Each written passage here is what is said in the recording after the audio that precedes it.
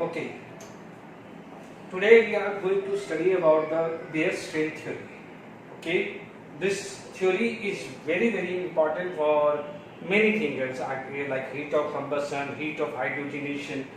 कहीं भी आप जब वर्क करते हैं तो यहाँ पर ये स्ट्रेन थ्योरी आएगी. ठीक है. First of all we will read about the stability of cycloalkane. ठीक है. We all know that this is cyclopropane, cyclobutene, cyclopentane and cyclohexane. This is known as cyclopropane, cyclobutane, cyclopentane and cyclohexane. ठीक है. We all know that these carbon have sp3 hybridization. Which hybridization? sp3 hybridization. Being a sp3 hybridization, the bond angle should be 109 degree 28 minutes. But in cyclopropane, the bond angle we got 60 degree. In cyclobutane, it is 90 degree. In cyclopentane, it is 108 and 120. It is a bond angle in cyclohexane. There is a one terminology occurred which is known as strain. That means strain equal to 109 degree 28. This is supposed to be angle if any atom should have a sp3 hybridized. Minus theta, यानी whatever the angle it is divided by 2. This is known as strain. अब आप देखिए, if we put this 60 degree value, तो 60 degree value पे जो भी strain आएगा 90, 108, यानी 108 is a very near to the angle 109 degree 28 minute. That means according to this should be more stable as compared to this, as compared to this. यानी this would be the stability order. ठीक है, यहाँ तक stability order आ गया. But the bond angle in cyclohexane it is 120 degree. तो जब आप कन्फर्मर है, कन्फर्मर में आपने पढ़ा होगा या पढ़ेंगे कि द कन्फर्मर जो भी है साइक्लोहेक्सेन का कन्फर्मर में ये पता चलता है कि चेयर कन्फर्मर यानी cyclohexane have a chair form and chair form is more stable. Being a more stable chair form, ये सबसे ज्यादा स्टेबल होता है. तो this is the order of stability of cycloalkane. ठीक है. यदि आप बात करते हैं कि साइक्लोअल्केन की स्टेबिलिटी की बात करें तो क्या क्या इस पे डिपेंडेंसी हो जाती है या क्या क्या इसमें चेंजेस आते हैं. ठीक है. अब आप देखिए कि इसके according we come to know that cyclopropane we can say cyclopropane have a less stability. ठीक है. अब इम्पैक्ट क्या आया? We know that CH3CH double bond CH2 plus hydrogen in presence of nickel, palladium, platinum will give alkene. Second, if it is cyclopropane plus H2, तो in fact इसमें इतना strain होता है कि सेम कंडीशंस आप अप्लाई करोगे तो this is going to be a open chain. तो आप समझ सकते हो कि कितना स्ट्रेन आता होगा. If cyclopropane is going for any kind of chemical reaction तो mostly it is going to be act as a alkene, यानी अल्कीन की तरह रिडक्शंस कर देगा. ठीक है. इसके बाद यदि आप बात करते हैं स्ट्रेन जो है, मान लीजिए हम साइक्लो अल्कीन की बात करें तो मान लीजिए स्टेबिलिटी ऑफ साइक्लोअल्कीन की बात करें. मान लीजिए सेकंड वन स्टेबिलिटी ऑफ साइक्लोअल्कीन. यदि हम स्टेबिलिटी ऑफ साइक्लोअल्कीन की बात करें तो देखिए स्टेबिलिटी ऑफ साइक्लोअल्कीन के अंदर हम बात कर सकते हैं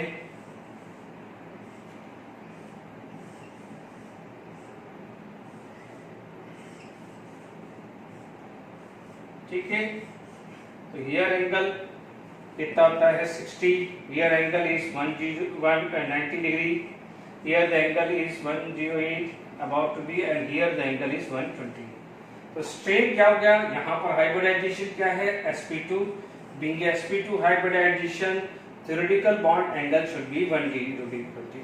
तो अब आप देखो स्ट्रेन कितना हुआ 1/2 120 degree minus theta. This would be the strain. इसके हिसाब से 120 is very near, so this would be the order of stability of cycloalkene. तो आप देख सकते हैं कि stability of cycloalkene के अंदर देखें तो थीटा साइक्लोप्रोपेन का 60 डिग्री है, साइक्लोब्यूटीन का साइक्लोप्रोपीन का 60 डिग्री, साइक्लोब्यूटीन का 90 डिग्री, साइक्लोपेंटीन का 108 एंड 120। तो स्ट्रेन आया उसके अकॉर्डिंग थीटा 120 नियर है, इसलिए this would be the order of stability of cycloalkene. ठीक है, अब हम बात करते हैं, देखिए अब इसकी एप्लीकेशन या कहाँ ये स्ट्रेन हम यूज कर सकते हैं। ठीक है, स्ट्रेन हम कहाँ यूज कर सकते हैं। मान लीजिए जो भी एग्जांपल्स है काफी इंपॉर्टेंट एग्जांपल्स है, क्योंकि ऑलरेडी हम पढ़ चुके हैं स्टेबिलिटी ऑफ कार्बोकैटायन हुआ, स्टेबिलिटी ऑफ अल्कीन या हीट ऑफ हाइड्रोजनेशन, इसके बारे में यदि बात कर चुके हैं तो यहाँ पर ये एग्जांपल्स वापस से जानना जरूरी है। ठीक है, हम स्टेबिलिटी ऑफ अल्कीन किस में बात करते हैं, पहले एरोमेटिसिटी चेक करते हैं, then we can check out the conjugation and then we can check out the क्या कहते हैं, we can check about the hyperconjugation, then hybridisation, at last we check about the inductive effect. ठीक है, यदि हम बात करते हैं तो आप देखिए यहाँ पर आपके पास मान लीजिए एक एग्जांपल ये आया। ठीक है, ओके, यहाँ पर आपके पास कुछ इस टाइप का एग्जांपल आया। ठीक है, इसी तरह का दूसरा एग्जांपल भी मैं बनाने की कोशिश करता हूं।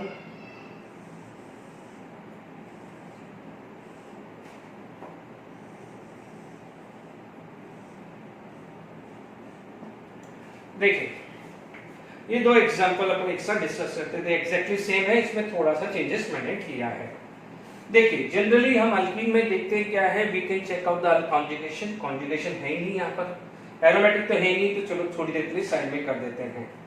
ठीक है, अब आप देखिए इसके बाद हमें यहाँ पर कॉन्जुगेशन नहीं दिख रहा है, तो लास्ट में हमें हाइपर कॉन्जुगेशन देखना पड़ेगा।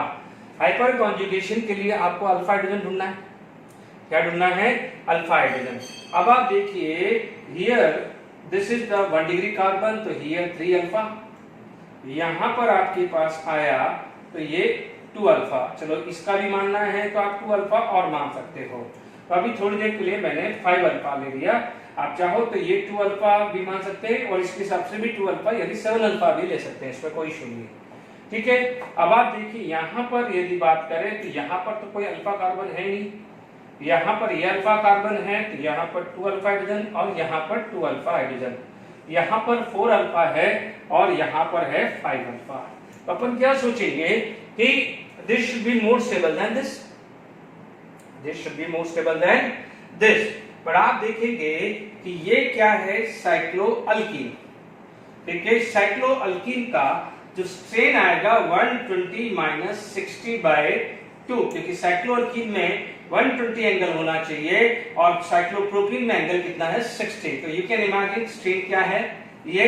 अब आप देखो यहाँ पर जो स्ट्रेन है, यहाँ पर जो एंगल है वो आ जाएगा, मान लीजिए ये एंगल की बात करें तो आपके पास यहाँ पर इसका जो एंगल है वो आएगा 109 डिग्री माइनस 28 या 60, 109 डिग्री है ना माइनस 60 डिग्री, ये आ गया। ठीक है, तो अब आप देखिए बच्चों ध्यान रखना, ये आउटर साइड है, इनर साइड नहीं है। ठीक है, तो ये गड़बड़ी मत करना कि इसको 120 काउंट करने लग जाओ। ठीक है, तो ये स्ट्रेन कम है, ये स्ट्रेन ज्यादा है, तो although it contain more alpha hydrogen, it contain less alpha hydrogen, being strain, इसमें स्ट्रेन कम है तो इसमें स्ट्रेन क्या हुआ ज्यादा, क्योंकि साइक्लो अल्कीन के अंदर एंगल 120 मिल कितना रहा है 60, ये क्या हो जाएगा, साइक्लोअल्केन है, इसमें एंगल इतना होना चाहिए और मिल कितना रहा है 60 डिग्री। तो here the less strain, here the more strain. तो स्ट्रेन के हिसाब से यानी स्ट्रेन यहाँ पर क्या हो जाएगा, लेस स्ट्रेन के हिसाब से this would be more stable. ये क्लियर हो गया, this would be more stable. ध्यान दीजिएगा, वापस से यहाँ जाइए, ये दोनों तो सेम ही आ गया है, तो फिर यहाँ पर हमें अल्फा हाइड्रोजन देखना पड़ेगा। 3 और 2 5 अल्फा एज यूजुअल मैंने ले लिया। यहाँ पर आप देखेंगे ये है तो ओनली यहाँ मान लीजिए तो 1 अल्फा, या इससे भी काउंट कर ले तो 1 + 1 2 अल्फा, इसमें कितना आ जाएगा 7 अल्फा। तो यहाँ पर आप देखेंगे तो आपका स्टेबिलिटी ये होगा, क्योंकि दोनों सेम है, तो दोनों का स्ट्रेंथ सेम है, तो देन हम अल्फा पे चले जाएंगे। नो डाउट इसमें अल्फा मोर है, बट हमें स्ट्रेंथ देखना पड़ेगा, इसीलिए बेस स्ट्रेंथ यदि क्यों इंपॉर्टेंट हो जाती है। Is it clear to all of you? ये स्टेबिलिटी क्लियर हुई कि नहीं हुई? ठीक है, ये दोनों एग्जांपल क्लियर हो गया है। अब आप देखिए यहाँ पर अल्फा हाइड्रोजन साथ साथ होने के बावजूद भी स्ट्रेंथ अलग अलग है। ठीक है,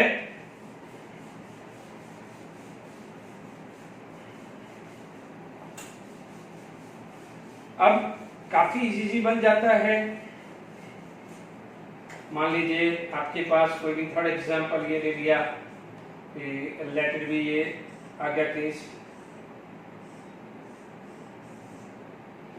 मतलब ये आप सिंपल सा बना सकते हैं। ठीक है, आप इन दोनों के अंदर देखें तो आपके पास क्या जाएगा, स्ट्रेंथ चेक करें तो आप देखेंगे कि इसके अंदर स्ट्रेंथ कम है, यहाँ लेस स्ट्रेन है, यहाँ पर क्या जाएगा, मोर स्ट्रेन है, तो this would be the stability order. ठीक है, मान लीजिए आपके पास कुछ भी केस बन सकता है, एरोमेटिक या नॉन एरोमेटिक हुआ, उसमें भी हम आगे बात कर सकते हैं। जैसे मान लीजिए ये आया और ये आया। ठीक है, हालांकि ये स्ट्रेन के हिसाब से देखा जाए तो इसमें स्ट्रेन ज्यादा होना चाहिए था। ठीक है, इसकी वजह से अपन क्या सोचते हैं कि भाई this should be more stable then this, but यहाँ पर ये क्या हो जाता है, एरोमेटिक हो जाता है, और ये क्या होता है, नॉन एरोमेटिक होता है। इसकी वजह से ये ज्यादा स्टेबल हो जाता है। तो ये कुछ चीजें ध्यान रखनी पड़ती है, क्योंकि हम हमेशा बोलते हैं कि स्टेबिलिटी चेक करनी है तो सबसे पहले एरोमेटिक ढूंढो। एरोमेटिक था इसलिए यहाँ पर गया है। तो स्ट्रेन कब आएगा, जब आप हाइपर कॉन्जुगेशन या उस समय आप चेक कर रहे हो, तो आप वहां पर स्ट्रेन जरूर देख लेना। Is it clear?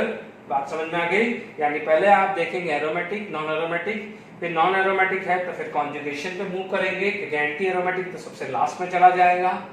उसके बाद आप देख सकते हैं हाइपर कॉन्जुगेशन। हाइपर कॉन्जुगेशन में साइमल्टेनियसली स्ट्रेन चेक कर लेना, ये ध्यान रखिएगा। ठीक है, आई होप ये 4 एग्जांपल्स अपन ने डिस्कस किए हैं, उसकी वजह से आपको ये पता चल गया होगा कि स्ट्रेन हमें क्या दिखना है। ये समझ में आया, ये साइक्लोप्रोपेन है, इस साइक्लोप्रोपीन है, इसकी वजह से यहाँ स्ट्रेन कम है, स्ट्रेन यहाँ पर ज्यादा है। इसलिए अपन ये सिर्फ सिंपल एग्जांपल सिर्फ समझाने के लिए ये एग्जांपल लिया है, स्ट्रेन का क्या ऑर्डर है। ये बहुत अच्छा एग्जांपल है, तो आइडिया लग जाएगा, क्योंकि सोचेगा कि स्ट्रेन यहाँ पर ज्यादा है, but being aromatic this is more stable than non aromatic. Is it clear to all of you? अब आप देखिए, यदि हम कई बार सोचते हैं कि जो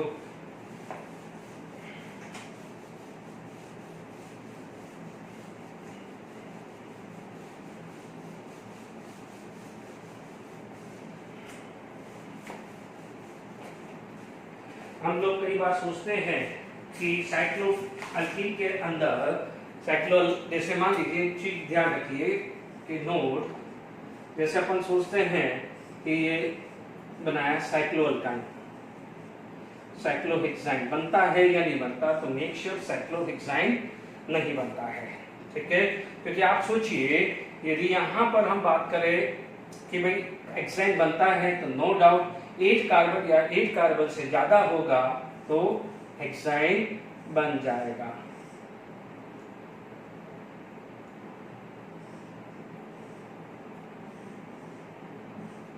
हालांकि इसमें तो कैन है, मतलब क्या हुआ कि मोर देन 8 कार्बन हो, साइक्लिक में मोर देन 8 कार्बन है तो sp कार्बन बनता है।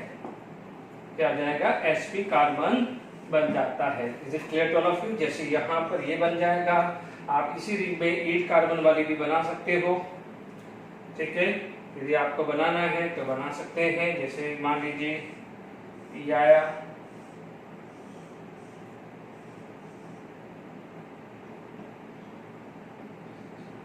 तो इसमें भी कोई भी ट्रिपल बॉन्ड बना दीजिए, कोई भी ट्रिपल बॉन्ड बना दीजिए, तो ये अल्काइन बनता है। ये सिर्फ इंफॉर्मेशन बेसिस पे है कि यदि 8 या 8 से ज्यादा होगा तो sp कार्बन पॉसिबल है, 8 से कम है, 7 है या 6 है, sp कार्बन पॉसिबल नहीं है। ठीक है, ये चीज क्लियर हो गया होगा। ठीक है, ये सिर्फ इंफॉर्मेशन बेस्ड है, ये आप ध्यान रखिएगा कभी भी। चलिए अब आप देखिए यहाँ पर नो डाउट हम नेक्स्ट जो चीजें बात करते हैं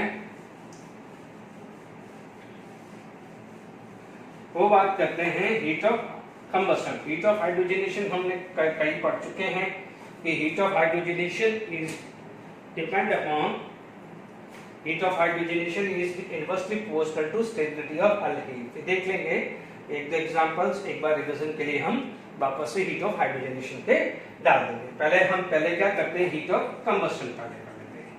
हीट ऑफ कंबस्टन जिसको कई बार शॉर्ट फॉर्म में HOC आता है। देखिए पहली चीज यहां पर ध्यान दीजिएगा कि heat of combustion is directly proportional to number of carbon, यानी जितने कार्बन आएगा। कि देखिए थर्मोडायनामिक में क्या पढ़ा है कि delta H it is the enthalpy of reaction.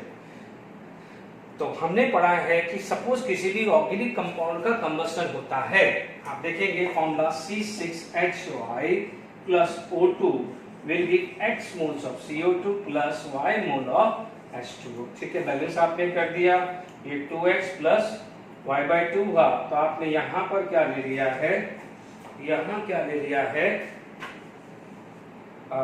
CXHY plus 2X plus Y/2। ठीक है, ये क्वेश्चन ले लीजिए जैसे अपन को ये प्रूव करना है कि नंबर ऑफ कार्बन क्यों बोल रहे हैं। आप जनरली क्या बोलते हैं, डेल्टा H कंबस्टन। ठीक है, यहाँ पर क्या हो जाएगा X into heat of formation of CO2 आएगा कि नहीं आएगा, heat of formation of CO2। चलिए वो बाद में वाटर भी है, बट मेनली ये किस पे डिपेंड करेगा, मेनली किस पे डिपेंड करेगा, वो इस पे करेगा। ठीक है, यानी जितना कार्बन होगा, मान लीजिए यहाँ पर 1 कार्बन है तो 1 टाइम्स ऑफ CO2, 2 कार्बन है तो 2 टाइम्स ऑफ CO2, 3 कार्बन है तो 3 टाइम्स ऑफ CO2। तो यहाँ पर 1 into heat of formation of CO2, 2 into heat of formation of CO2, 3 into heat of formation of CO2। इसलिए मैंने देखिए ये चलो ठीक है, मेन चीज तो यहाँ पर आपका आ जाता है कि heat of combustion is proportional हम to this X into this आएगा कि नहीं आएगा। इसलिए पहला फैक्टर आना चाहिए नंबर ऑफ कार्बन। दूसरा फैक्टर क्या आना चाहिए, मान लीजिए नंबर ऑफ कार्बन सेम आ गया। ठीक है, तो फिर heat of combustion is inversely proportional to stability of compound. Stability of compound, क्योंकि जितना ज्यादा स्टेबल होगा उतना लेस रिएक्टिव होगा, और जितना लेस रिएक्टिव होगा उतना हीट लेस होगा। Is it clear to all of you? यहाँ तक क्लियर हो गया है। ठीक है, कुछ एग्जांपल्स अपन देख लेते हैं।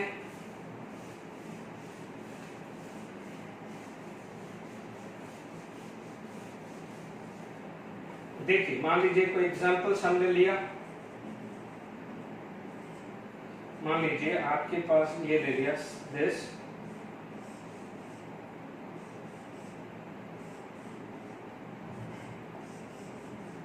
ये आ गया, या मान लीजिए हमारे पास ऐसा कुछ आ गया।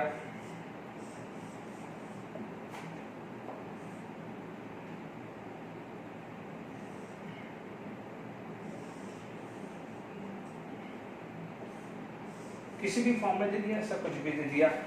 ठीक है, या मान लीजिए ऐसा ना दे के, ठीक है, कुछ ऐसा दे दिया है ना, मान लीजिए इससे चेंज देना है तो कुछ ऐसा दे दिया है ना।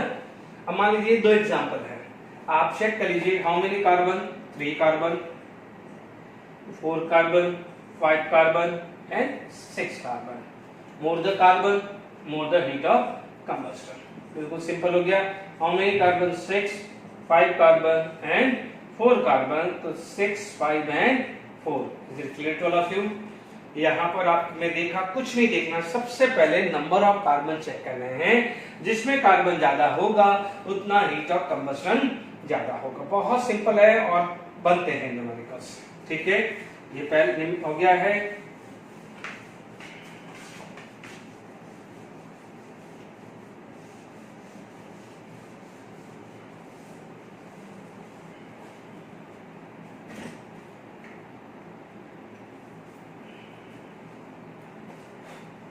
मान लीजिए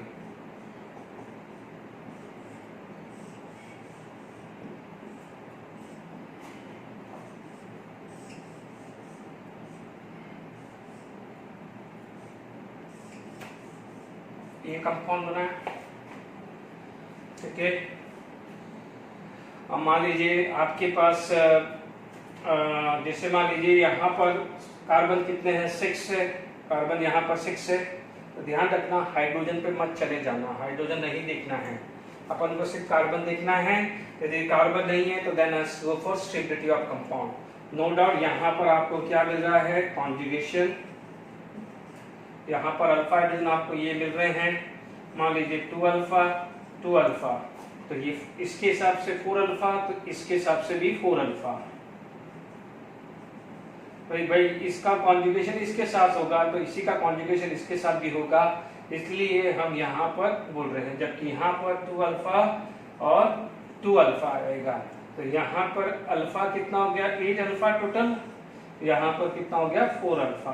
तो स्टेबिलिटी, यदि आप स्टेबिलिटी देखा जाए तो स्टेबल ज्यादा होगा, यदि आप स्टेबिलिटी का ऑर्डर देखें, मान लीजिए ये बी ये सी, स्टेबिलिटी का ऑर्डर ए बी सी आएगा, तो हीट ऑफ कंबशन का ऑर्डर क्या आ जाएगा, ए बी सी। हालांकि हीट ऑफ हाइड्रोजनेशन का भी ऑर्डर क्या हो जाता है, it is inversely proportional to stability of alkene. तो ये थर्ड एग्जांपल्स भी क्लियर हो गया कि स्टेबिलिटी ऑफ अल्कीन में भी हम बात कर सकते हैं, ठीक है। यहाँ तक क्लियर हुआ कि नहीं हुआ?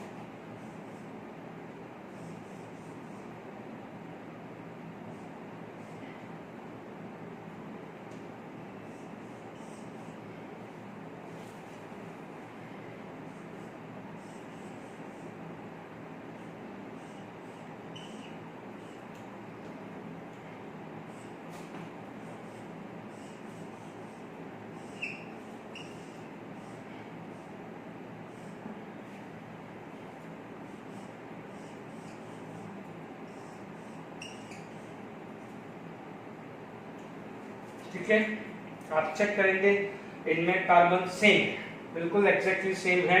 चलो इससे पहले वाले एग्जांपल में मान लीजिए डबल बॉन्ड है या दो कोई दिमाग में है कि एक में एक आपको कंफ्यूजन है, तो उसमें ये वाला एग्जांपल दे देंगे, सब कुछ एग्जैक्टली फॉर्मूला भी सेम है, कार्बन भी सेम है और हाइड्रोजन भी सेम है। चलो अपन कोशिश करते हैं क्या एग्जांपल मिलता है।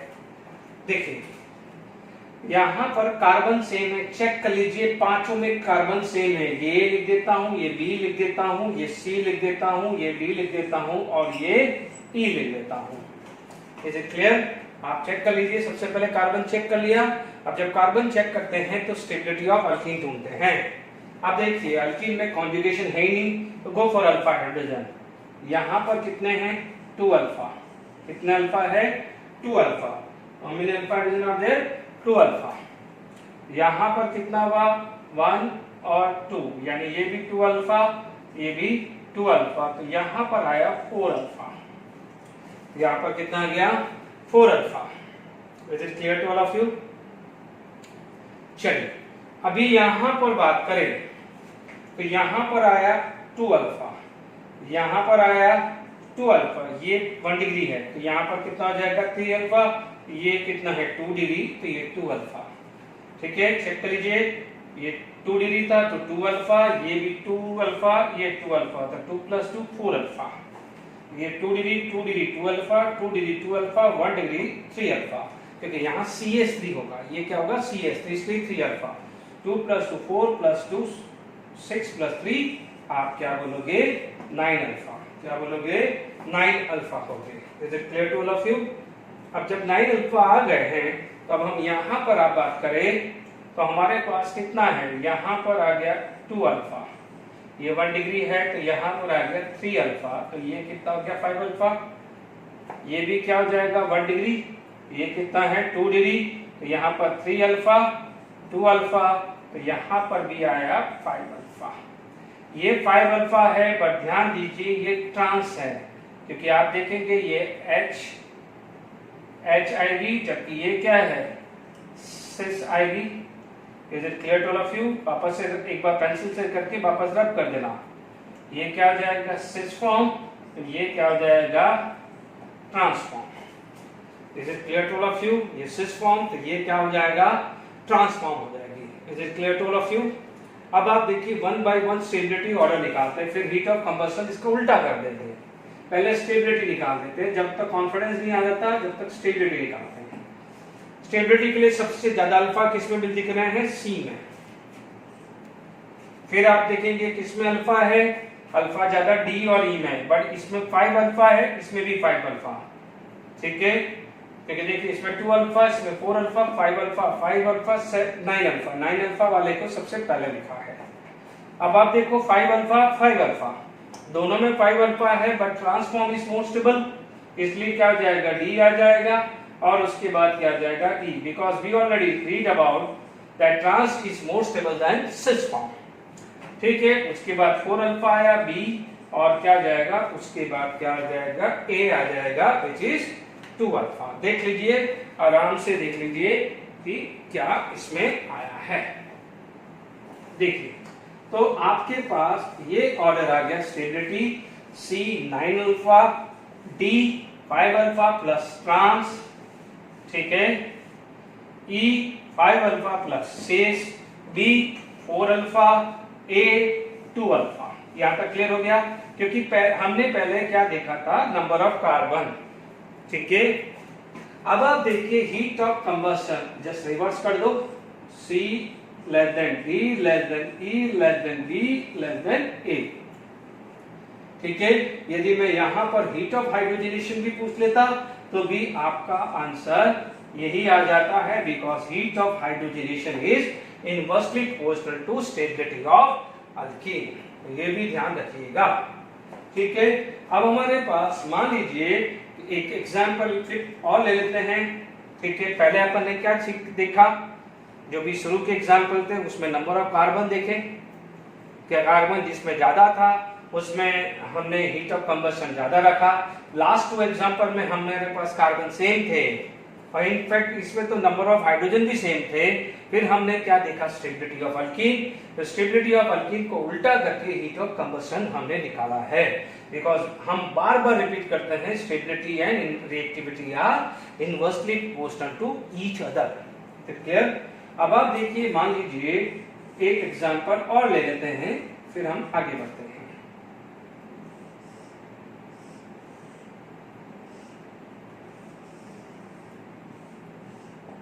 ठीक है, यहां पर हम बात करते हैं स्टेबिलिटी की बात करें, तो जब स्टेबिलिटी ऑर्डर की बात करें तो हमारे पास क्या आ जाएगा, चेक कर सकते हैं स्टेबिलिटी ऑर्डर। तो आप देखिए स्टेबिलिटी ऑर्डर, देखिए 5 कार्बन 5 कार्बन 5 कार्बन। ठीक है, number of carbon in all this case are same.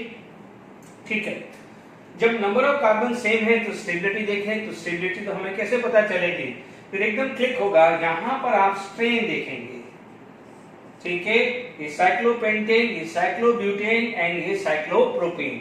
तो सबसे ज्यादा स्ट्रेन किसमें था, इसमें, इसलिए स्ट्रेन इसमें मैक्सिमम है, तो ये लेस स्टेबल हुआ, यानी यहां पर स्ट्रेन मैक्सिमम हुआ तो यहां पर स्ट्रेन क्या हुआ, मिनिमम। यदि ये मैक्सिमम हुआ तो ये क्या हुआ, लेस स्टेबल हुआ, और इसमें स्ट्रेन यदि मिनिमम हुआ तो ये क्या हुआ, कंपैरेटिवली मोर स्टेबल। आप क्या बोलोगे, हीट ऑफ कंबस्टन। यदि मैं हीट ऑफ कंबस्टन का ऑर्डर लूं तो स्ट्रेन सबसे ज्यादा किसमें है, इसमें, यानी लेस स्टेबल है, तो इसका हीट ऑफ कंबस्टन ये हो जाएगा। Clear to all of you? I hope ये जो सफिशिएंट एग्जांपल से हीट ऑफ कंबस्टन आपको कैसे निकालना है वो क्लियर हो गया होगा। देखिए, अब हमारे पास नेक्स्ट जो चीज आ जाती है, मान लीजिए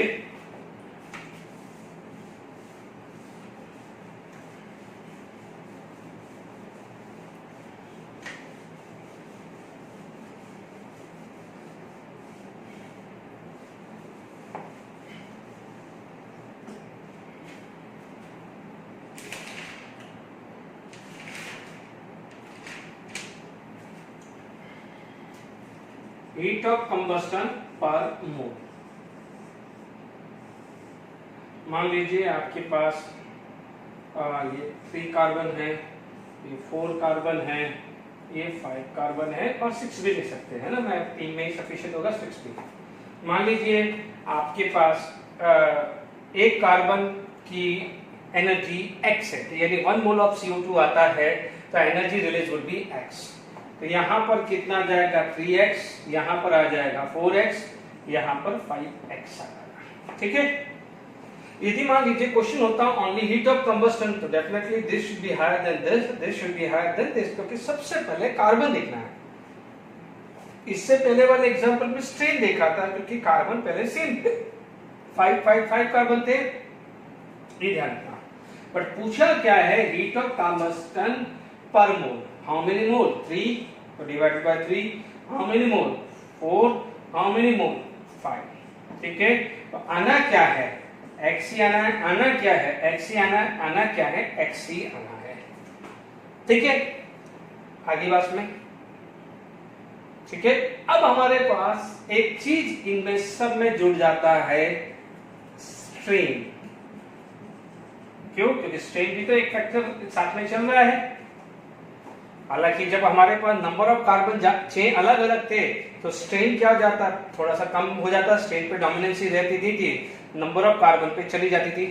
क्योंकि अभी पर मोल है, तो नंबर ऑफ कार्बन के हिसाब से तो सब में सेम ही आया, कि यहाँ पर भी 1 मोल के हिसाब से, ये पर मोल के हिसाब से, ये पर मोल के हिसाब से आया। तो यहाँ पर अब आपका जो रोल प्ले करेगा वो स्ट्रेन रोल प्ले करेगा। कौन रोल प्ले करेगा? स्ट्रेन। ठीक है, क्योंकि 3x आता था, मान लीजिए 3 मोल्स ऑफ CO2 होता था, तो पर मोल कितना जाएगा, यानी 1 मोल ऑफ CO2 मान लें। मान लीजिए यहाँ पर 4 टाइम्स x आता था, पर मोल के हिसाब से देखे, तो how many carbon this side 4, तो 4x by 4 यानी x ही आ जाएगा। यदि आपके पास 5x by 5 है, तो आएगा कितना x, यानी यहाँ पर एक रोल प्ले करेगा स्ट्रेन। अभी जस्ट पढ़ा था स्ट्रेन इसमें मैक्सिमम है, तो यहाँ पर स्ट्रेन कितना हो जाएगा, मिनिमम। मैक्सिमम का मतलब लेस स्टेबल और मिनिमम का मतलब कंपैरेटिवली मोर स्टेबल। तो जिसमें स्ट्रेन ज्यादा होगा उसमें रिएक्टिविटी ज्यादा होगी, तो उतनी कंपैरेटिवली हीट रिलीज ज्यादा होगी। जैसे मैं आपको एक एग्जांपल देने की कोशिश करता हूं। मान लीजिए इसके अंदर 500 आपको मिली, ठीक है, तो आपने सोचा कि यहाँ पर 400 मिलना चाहिए और यहाँ पर आपको क्या मिलना चाहिए 300, या आपने सोचा यहाँ पर 300 मिली तो यहाँ पर 400, यहाँ पर 500 मिलनी चाहिए, क्योंकि आपने सोचा एक कार्बन 300 दे रहा है तो 3 कार्बन 300 देगा, यहाँ पर मान लीजिए 400 देगा तो यहाँ पर 500 देगा। बट क्योंकि ये मान लीजिए 100% रिएक्टिव है तभी 300 देगा, बट मान लीजिए 100% रिएक्टिव नहीं है तो वो 400 की बजाय हो सकता है वो 370 दे। समझिएगा, मान लीजिए यहाँ पर ये 100% रिएक्टिव, इसको ज्यूम कर लेते हैं, तो आप बोलोगे 100 आना चाहिए। ठीक है, कितने हैं 3 कार्बन, तो 3 into 100 आया। तो आपने बोला 300, बट पर मोल है तो आया कितना 100।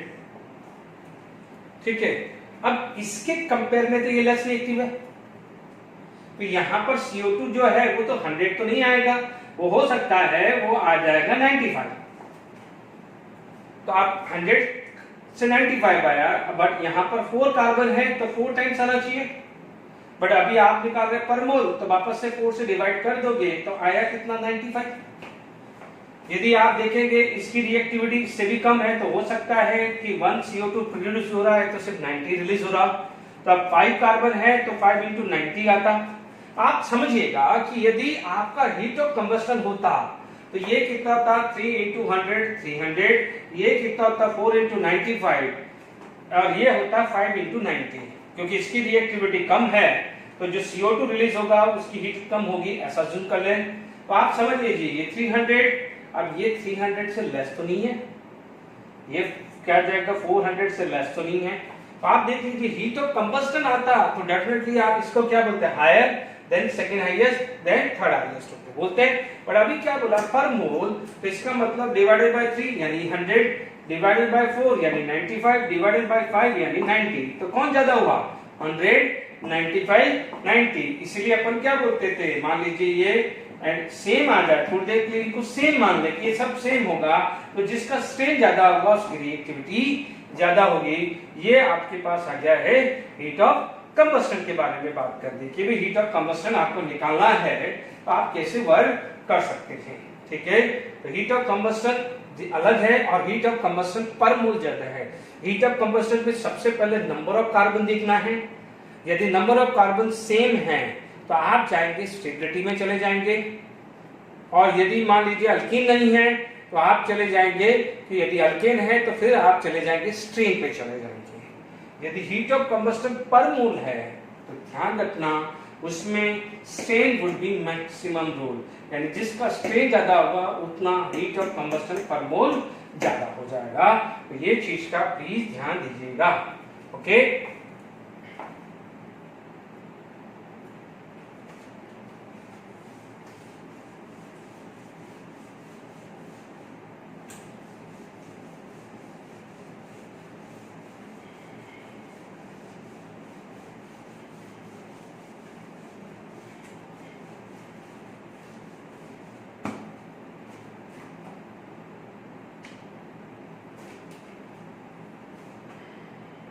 देखिए हीट ऑफ हाइड्रोजनेशन ऑलरेडी पढ़ चुके हैं, बट फिर भी एक एग्जांपल डिस्कस कर लेते हैं फिर आगे। हीट ऑफ हाइड्रोजनेशन वापस एक रिवीजन फॉर्म में, heat of hydrogenation is inversely proportional to stability of alkene. मान लीजिए कोई पहला एक एग्जांपल कर देते हैं फिर आगे बढ़ते हैं।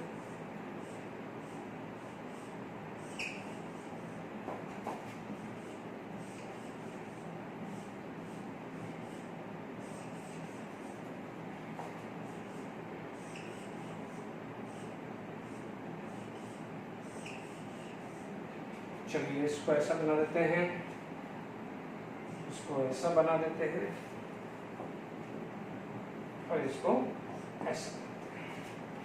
ठीक है, अब आप देखिए यहां पर अपन बात करें तो सारी चीजें क्लियर हो गई। ओके,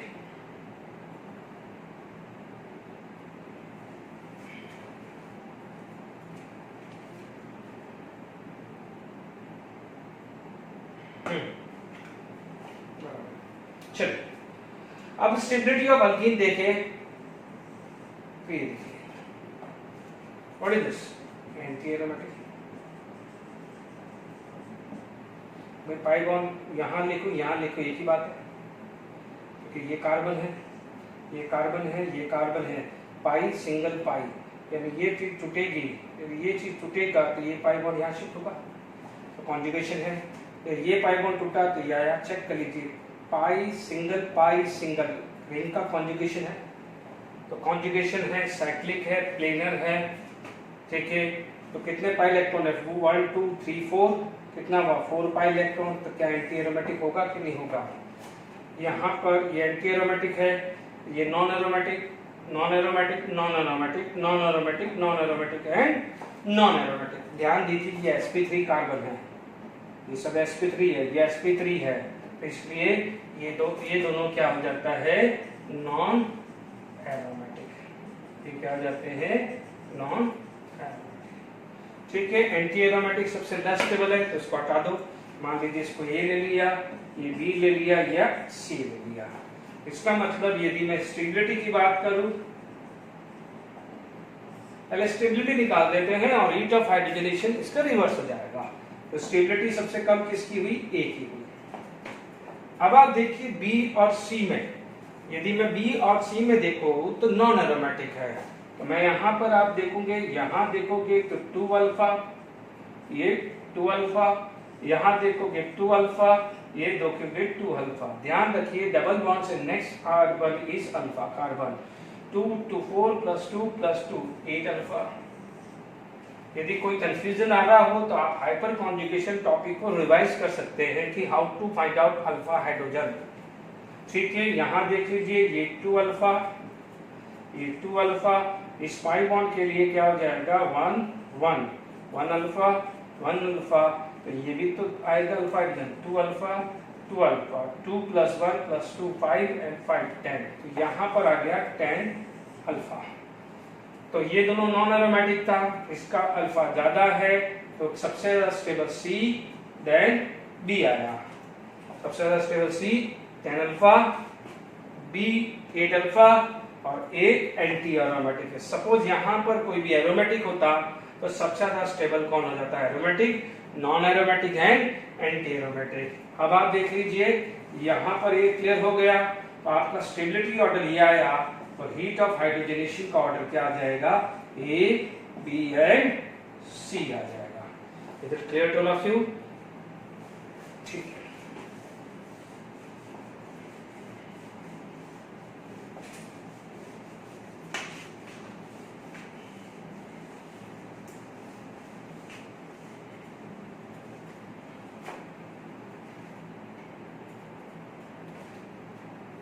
एक और एग्जांपल देख लें, फिर दूसरा कुछ करेंगे।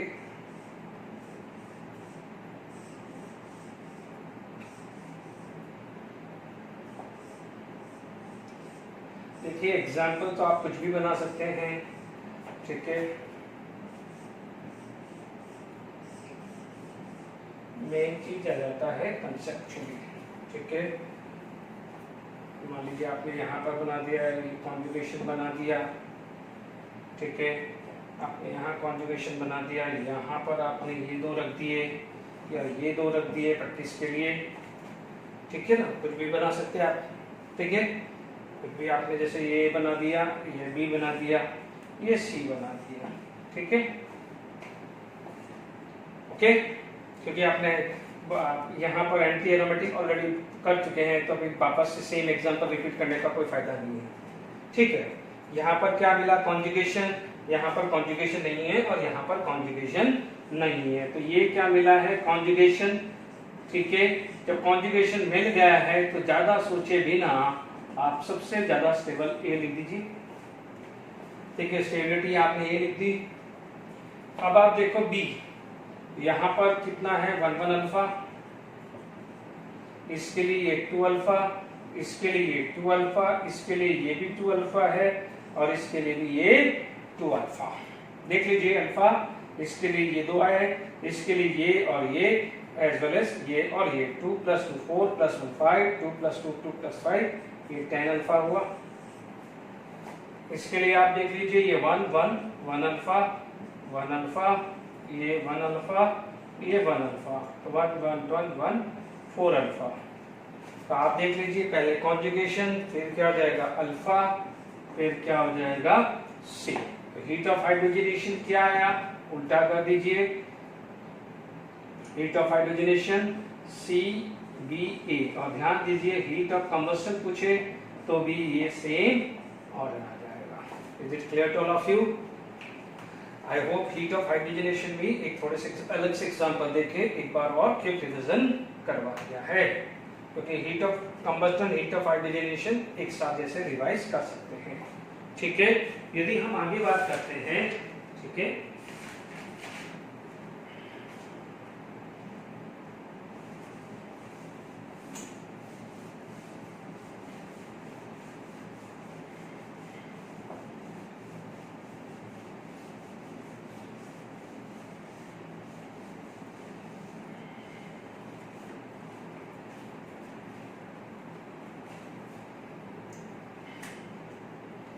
देखिए नेक्स्ट जो आ जाता है which is known as bond energy. No doubt bond energy हमने पढ़ा है कि bond energy directly proportional to bond order और bond energy is inversely proportional to bond length. आगे टॉपिक में बॉन्ड लेंथ पढ़ेंगे, तो वो बॉन्ड लेंथ बहुत अच्छी बॉन्ड लेंथ होती है, तो उस बहुत अच्छी टॉपिक, बहुत से क्वेश्चन बन सकते हैं बॉन्ड लेंथ पे, तो वहाँ पर भी बॉन्ड एनर्जी का क्वेश्चन आ जाए तो वहाँ पर इसका रिवर्स कर दीजिएगा। बट यहाँ पर यदि अपन बॉन्ड एनर्जी की बात कर रहे हैं तो एक्सक्लूसिव ध्यान दीजिए कि bond energy is inversely proportional to stability of carbon free radical. ध्यान रखना, इसका मतलब कार्बन फ्री रेडिकल की स्टेबिलिटी पे बात कर रहे हैं, ठीक है। अब देखिए, मान लीजिए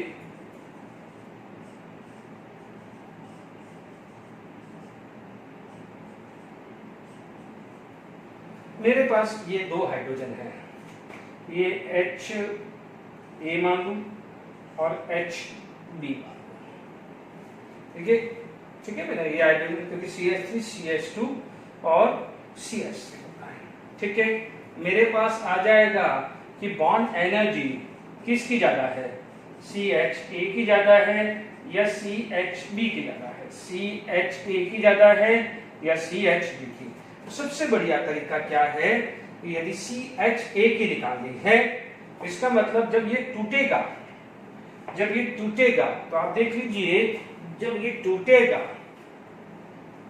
जैसे CHA टूटा तो ये फ्री रेडिकल बना, तो ये कौन सा, जब CHA बॉन्ड टूटता है तो आपको क्या मिलता है, 2 डिग्री फ्री रेडिकल, ठीक है। तो आप CHA जब टूटता है तो आपको क्या मिलेगा, 2 डिग्री फ्री रेडिकल मिलेगा, चेक कर लीजिए, this is 2 degree free radical, okay. मैंने यहाँ 2 डिग्री लिख दिया तो याद रहेगा कि ये 2 डिग्री फ्री रेडिकल का है। सबसे बेस्ट तरीका है उस कार्बन पे डिग्री लिख दीजिए, ठीक है। अब जब CHB टूटता है, ये टूटेगा, CHB टूटेगा तो ये बन जाएगा 1 डिग्री फ्री रेडिकल, क्या बनेगा, 1 डिग्री फ्री रेडिकल। बट हम ऑलरेडी आगे लेक्चर्स में पढ़ चुके हैं, stability of 2 degree carbon free radical is more stable than 1 degree. तो 2 डिग्री को is more stable than 1 degree, इसका मतलब ये इजिली टूटेगा एज कंपेयर टू दिस, क्योंकि जितना स्टेबिलिटी ज्यादा होगी उतना एनर्जी कम होगी। ये स्टेबल ज्यादा है, ये स्टेबल ज्यादा है, तो यहाँ एनर्जी कम लगेगी। आप ऐसा समझ लीजिए ना कि सिस्टम जितना स्टेबल फॉर्म में होगा उतना फास्ट जाएगा। फास्ट कब जाएगा, जब एनर्जी रिक्वायर लेस होगी। बात समझ में आ गई कि नहीं आ गई, ये क्लियर हो गया। आगे बात में आपको तो ये क्वेश्चन क्लियर हो गया कि HAHB, तो ये क्या हो जाएगा, मोर स्टेबल है, क्योंकि यहाँ पर एनर्जी रिक्वायर होगी लेस एनर्जी, यानी क्या हो जाएगा, this would be the order. Is it clear to all of you? तो ये ध्यान रखना है, बहुत सिंपल फर्स्ट एग्जांपल आपको मैंने डिस्कस किया है, ठीक है, यहाँ तक क्लियर हो गया। चलिए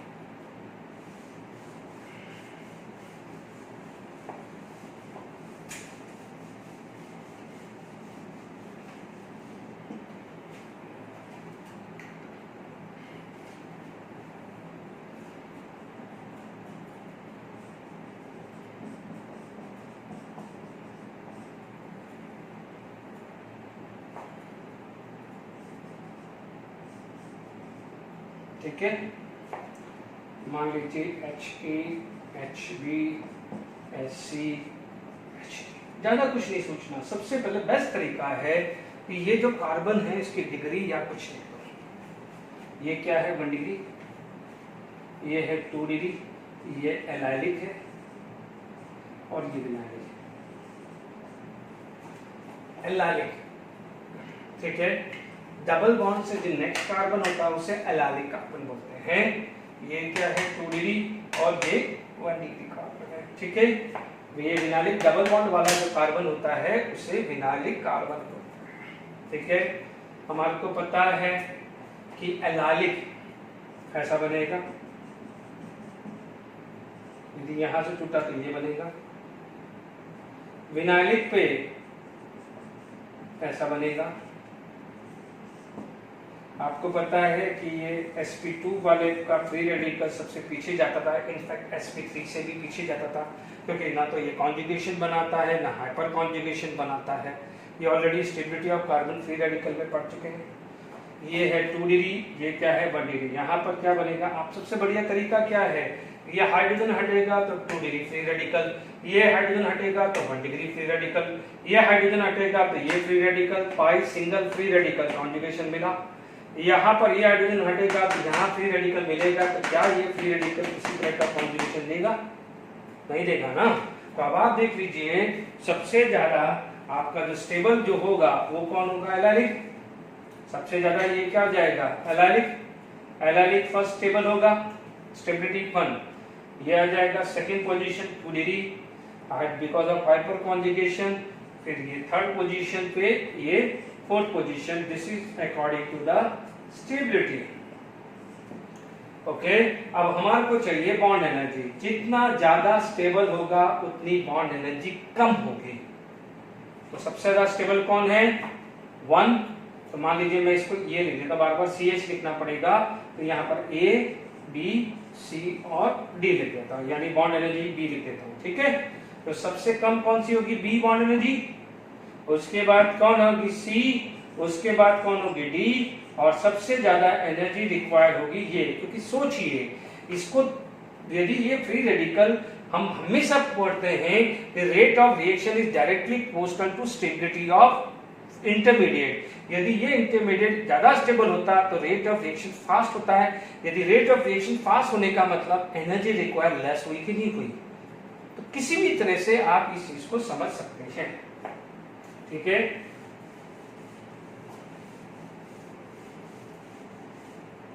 मान लीजिए एक और एग्जांपल आप ले लीजिए।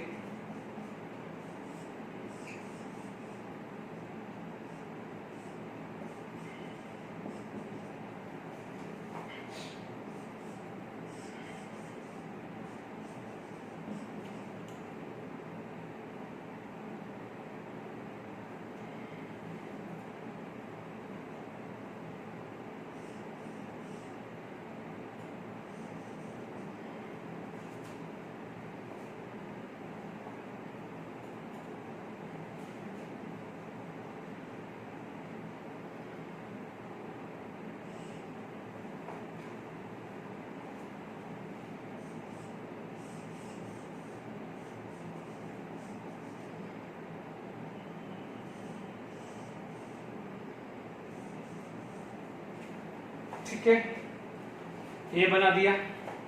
मान लीजिए ए एनर्जी, ये बी एनर्जी और ये सी एनर्जी का ऑर्डर पूछा है। ठीक है, अब आप देखो तरीका क्या है, पेंसिल से फ्री रेडिकल बना दो। बना दे पेंसिल से फ्री रेडिकल।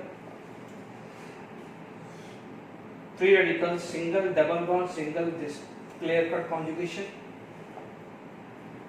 2R लिख दूं, पहला कॉन्जुगेशन ये, दूसरा कॉन्जुगेशन ये। This is conjugate with this but not with this. यहाँ पर सिर्फ 1 आ रहा है और यहाँ पर free radical single single, free radical single single, तो यहाँ पर नो कॉन्जुगेशन है। तो अपन को अल्फा हाइड्रोजन देखने की जरूरत ही नहीं है। इससे ही पता चल गया कि जो स्टेबिलिटी जो ऑर्डर है, स्टेबिलिटी ऑर्डर ये आ रहा है भाई। अब ये कॉन्जुगेशन है ही नहीं, तो अपन कॉन्जुगेशन से डिफरेंशिएट हो गया है, तो अल्फा हाइड्रोजन जाने की जरूरत ही नहीं है। ओके, ये स्टेबिलिटी आ गई। स्टेबिलिटी आ गई है तो बॉन्ड एनर्जी क्या हुई, यहाँ पर पहले क्या था, ये A less than B then C। ये क्लियर हो गया, A less than B less than C। आप देख लीजिए हम सारे एग्जाम्पल में क्या कर रहे हैं, जो भी एनर्जी आपको निकालना है वो फ्री रेडिकल चेक कर रहे हैं।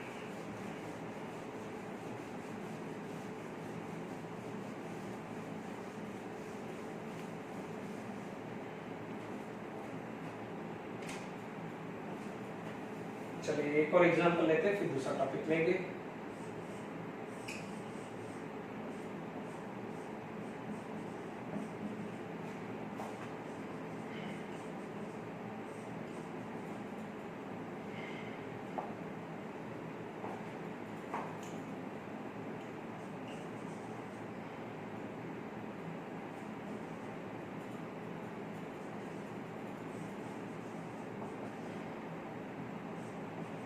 ठीक है, ये HK, ये HB, ये SC, ये D, ये E। ठीक है, अब आपसे पूछा जाए कौन सी बॉन्ड एनर्जी ज्यादा, या आप इसको क्या ले सकते हो, इसको A ले लो, इसको B ले लो, इसको C ले लो, इसको D ले लो और इसको क्या ले लो, E। ठीक है, तरीका बिल्कुल सिंपल है। ठीक है, अपन को क्या निकालना है, स्टेबिलिटी ए और बी। ठीक है, ए बेंजाइलिक है, हमने क्या बोला था, टॉल्यून के अंदर बेंजीन से जो डायरेक्ट अटैच एटम है ये आ जाएगा 1 degree benzylic. Free radical single pi single pi single pi, clear cut conjugation है। ये वाले कार्बन को अपन बेंजाइलिक कार्बन करते थे, आईपीसी में फिनाइल बेंजाइल बताया था। टॉल्यून के अंदर एक वैलेंसी आ जाती थी, टॉल्यून के अंदर एक वैलेंसी आ जाती थी, उसे बेंजाइलिक होते थे। तो सिमिलरली ये भी बेंजाइलिक है, but this is 2 degree benzylic. ठीक है, 2 डिग्री बेंजाइलिक। तो इसके साथ भी कॉन्जुगेशन है, बट साथ में इसके साथ अल्फा हाइड्रोजन भी जुड़ रहा है। यहाँ पर कॉन्जुगेशन के साथ अल्फा हाइड्रोजन को जुड़ने की वजह से बी वाला ए से ज्यादा स्टेबल है, बी वाला ए से ज्यादा स्टेबल है। इसमें तो सिर्फ कॉन्जुगेशन है, इसमें कॉन्जुगेशन भी मिल रहा है, साथ के साथ अल्फा हाइड्रोजन भी मिल रहा है, इसलिए 2 degree benzylic is more stable than 1 degree. ठीक है, यहाँ तक क्लियर हो गया, यहाँ तक क्लियर हो गया। इसमें लिख दिया, आप लिख दीजिए ये 1 डिग्री बेंजाइलिक होगा सॉल्यूशन में। तो इसमें क्या होगा, रेजोनेंस, इसमें 2 डिग्री बेंजाइलिक। ठीक है, इसमें क्या हुआ, रेजोनेंस प्लस हाइपर कॉन्जुगेशन। अब ये तो क्या है बच्चों, ये वाला जो है ये क्या हो गया 3 डिग्री, ये क्या हो जाएगा, यदि यहाँ से हटा तो ये 2 डिग्री, ये हटा तो ये क्या हुआ 1 डिग्री। हमें पता 3 degree free radical is more stable than 2 degree and 2 degree more stable than 1 degree. C D E, this is the order of stability. Simple, stability का ऑर्डर क्या आया। अब आपको क्या निकालना है, बॉन्ड एनर्जी। बॉन्ड एनर्जी इसका उल्टा कर दीजिए। ठीक है, आई होप बॉन्ड एनर्जी में कैसे वर्क करना है। ठीक है, अभी वो हमने चीजें समझ लिया है। Bond energy is inversely proportional to stability of carbon free radical. सबसे पहले कार्बन फ्री रेडिकल में कॉन्जुगेशन ढूंढेंगे। ठीक है, कॉन्जुगेशन के बाद हाइपर कॉन्जुगेशन ढूंढेंगे, फिर आप देखेंगे हाइब्रिडाइजेशन। पर ध्यान रखना sp3 का फ्री रेडिकल sp2 के फ्री रेडिकल से ज्यादा स्टेबल है एज कंपेयर टू sp का फ्री रेडिकल, ये भी ध्यान रखना। ठीक है, 4 एग्जांपल्स अपन ने कर लिए हैं, तो उसके हिसाब से आपको क्लियर हो जाएगा। ठीक है, अब हालांकि अपने इनिशियली डिस्कस किया हुआ है, फिर भी मैं एक आपको डिस्कस कर देता हूं कि इलेक्ट्रॉन डेंसिटी के क्वेश्चंस बनते कैसे हैं। देखिए, यहां पर या तो आपको इलेक्ट्रोफिलिक सब्स्टिट्यूशन रिएक्शन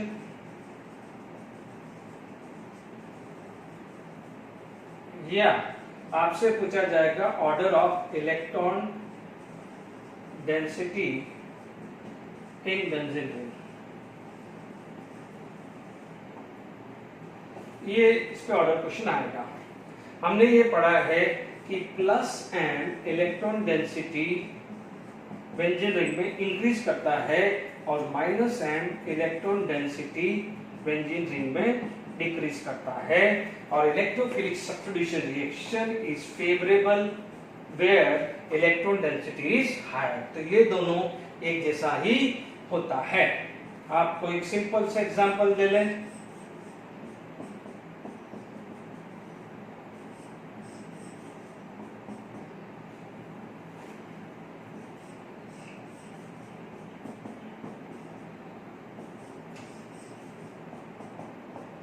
आपको पता है हेलोजन का माइनस एन, इसका minus N, nitrogen is SOPK, तो ये plus N. Plus N electron density को बढ़ाता है, तो this would be the order, this would be the order. Plus N electron density सबसे हायर करेगा, तो माइनस एन इलेक्ट्रॉन डेंसिटी सबसे कम करेगा। ये क्लियर। और हमें पता है कि इन क्लोरोबेंजीन या halogen minus I is dominated over plus N, minus I is dominated over plus N, इसलिए इसको माइनस आई का ही कंसीडर करना है। ठीक है, ऑलरेडी हम डिस्कस कर चुके हैं। तो फर्स्ट एग्जांपल इज क्लियर कि this is the order of this question. ठीक है। यदि हम आगे बात करें, बहुत सारे एग्जांपल्स आप रिपीट कर सकते हैं।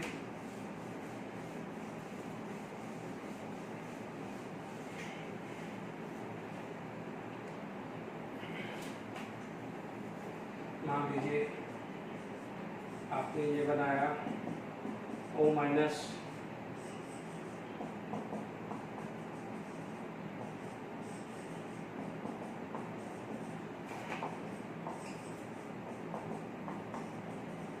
बच्चों ये सब प्लस एम है, ये सब प्लस एम है।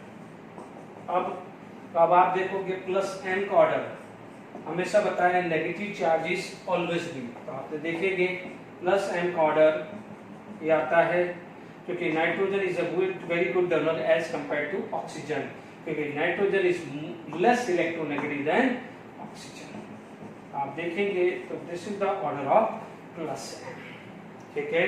तो व्हाट इज द ऑर्डर, ये आ जाएगा इलेक्ट्रॉन डेंसिटी हायर इसमें ज्यादा होगी, क्योंकि प्लस एम जितना ज्यादा होगा उतना इलेक्ट्रॉन डेंसिटी हायर होगी, और जितना प्लस एम जितना इलेक्ट्रॉन डेंसिटी हायर होगी उतना इलेक्ट्रोफिलिक सब्स्टिट्यूशन रिएक्शन फेवरेबल होगा। Is it clear to all of you? अब देखिए